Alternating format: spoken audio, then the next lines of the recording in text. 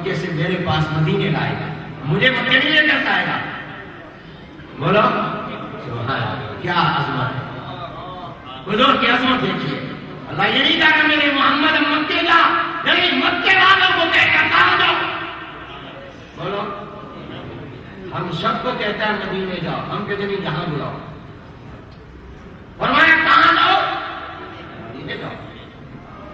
مکے والے بھی کہاں آئیں گے؟ حضور علیہ السلام فرماتے میری ایک طرف مکے والے ہوں گے، ایک طرف میرے مدینہ طیبہ والے ہوں گے، میں درمیان میں ہوں گا، اللہ کی بارگاہ میں جاؤں گا اور جا کر اللہ تعالیٰ سے کہوں گا سب سے پہلے اے اللہ مدینے والوں کو بخش دے، پھر کہوں گا اللہ مکے والوں کو بخش دے، پھر کہوں گا اللہ بدر والوں کو بغیر حساب کے جنت میں بھیج دے، پھر کہوں گا اللہ احد والوں کو جنت میں بھیج دے، پھر کہوں گا اللہ حدیبیہ والوں کو میری سفارش مان کر جنت میں بغیر حساب کے داخل کر دے، پھر کہوں گا اللہ طائف والوں کو جنت میں داخل کر دے۔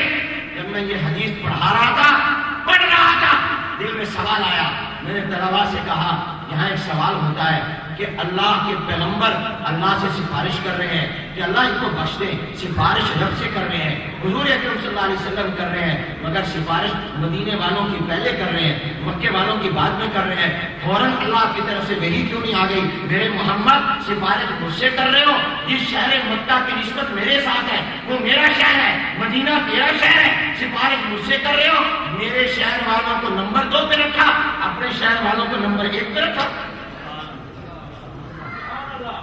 عقل کہتی ہے کہ وہی آ جاتی۔ اللہ پوچھتا، ہمارے پاس لوگ آتے ہیں نا، میں جلندھر کا ہوں، تو آ کر کے لوگ اپنا کام کروانے کے لیے کہتے ہیں مولانا میں جلندھر کا ہوں، یہی کہتے ہیں مولانا میں ارائی ہوں، یہ آ کر کہتے ہیں مولانا میں آپ کے مسرت کا ہوں، ہماری ہمدردیاں لینے کے لیے۔ آپ بھی کہیں جاتے ہوں گے تو کہتے ہوں گے یار تو ہمارا پاکستانی بھائی ہے، کام کر دیں، کونسلیٹ میں جاتے ہوں گے، کام کرتے ہوں گے، آپ ہمارے پاکستانی بھائی ہیں، کام کر دو۔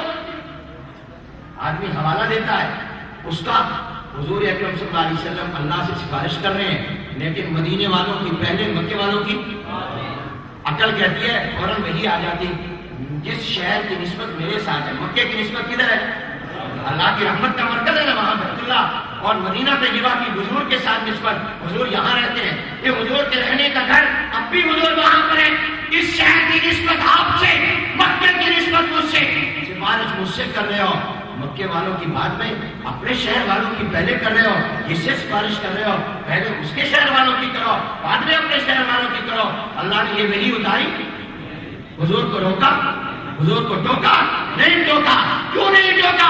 میں کہتا ہوں جواب اس کے لیے کہ اللہ نے وحی نہ اتار کر اور خاموش رہ کر یہ کہہ دیا کہ میرے محمد جس میں تو راضی ہم بھی اسی میں راضی۔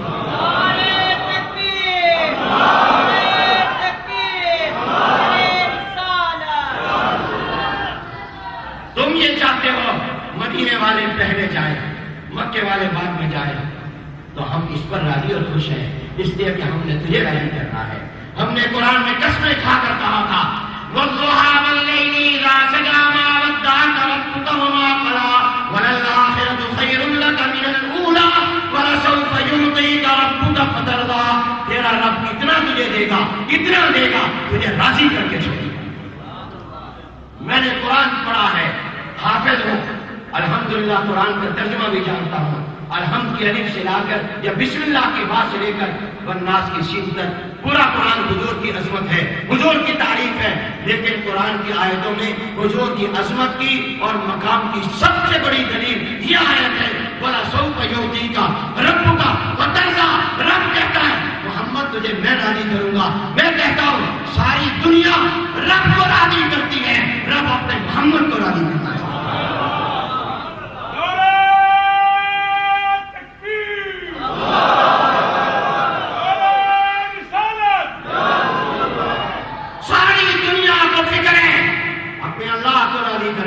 اللہ چاہتا ہے میں اپنے محمد کو راضی کروں صلی اللہ علیہ وسلم۔ سب کہہ دو صلی اللہ علیہ وسلم۔ کیا عظمت ہے حضور علیہ السلام، سبحان اللہ۔ ایک جملہ کہتا ہوں، ایمان کا جملہ اور عقیدے کا جملہ ہے، ساری دنیا عبادت کی محتاج ہے، نیکی کی محتاج ہے، اور نیکی بننے میں میرے محمد کی محتاج ہے۔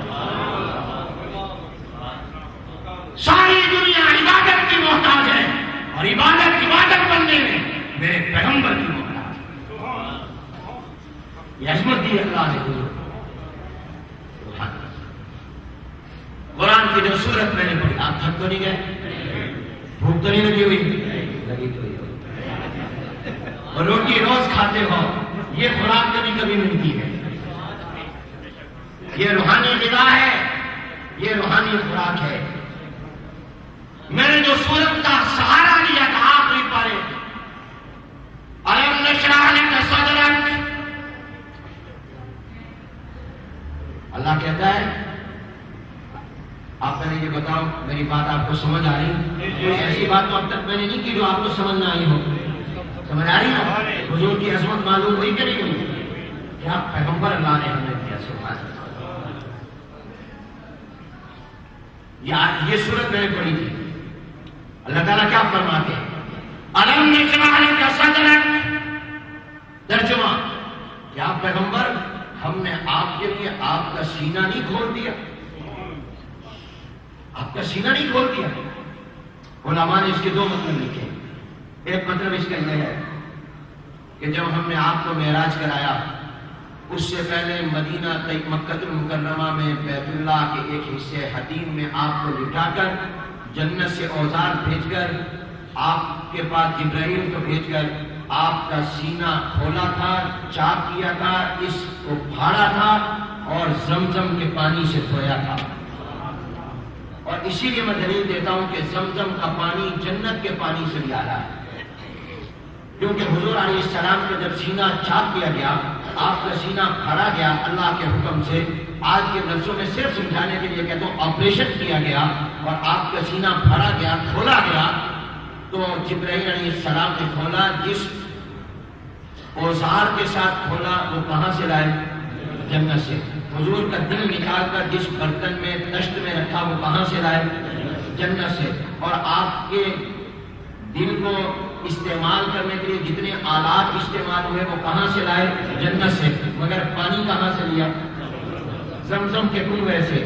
اگر جنت کا پانی اعلیٰ ہوتا تو جیسے باقی چیزیں جنت سے لائے تھے تو پانی بھی حوض کوثر کا لاتے، کیونکہ اعلیٰ پیغمبر کا دل بھی اعلیٰ، اس کو دھونا بھی اعلیٰ پانی کے ساتھ تھا، لیکن اعلیٰ پانی چونکہ زمزم کا تھا اس لیے اس سے دھویا۔ اور زمزم کا پانی، ایک اور بات درمیان میں نکتے کی آئی، آپ کی توجہ سے عرض کر دو کہ نہ کر دو؟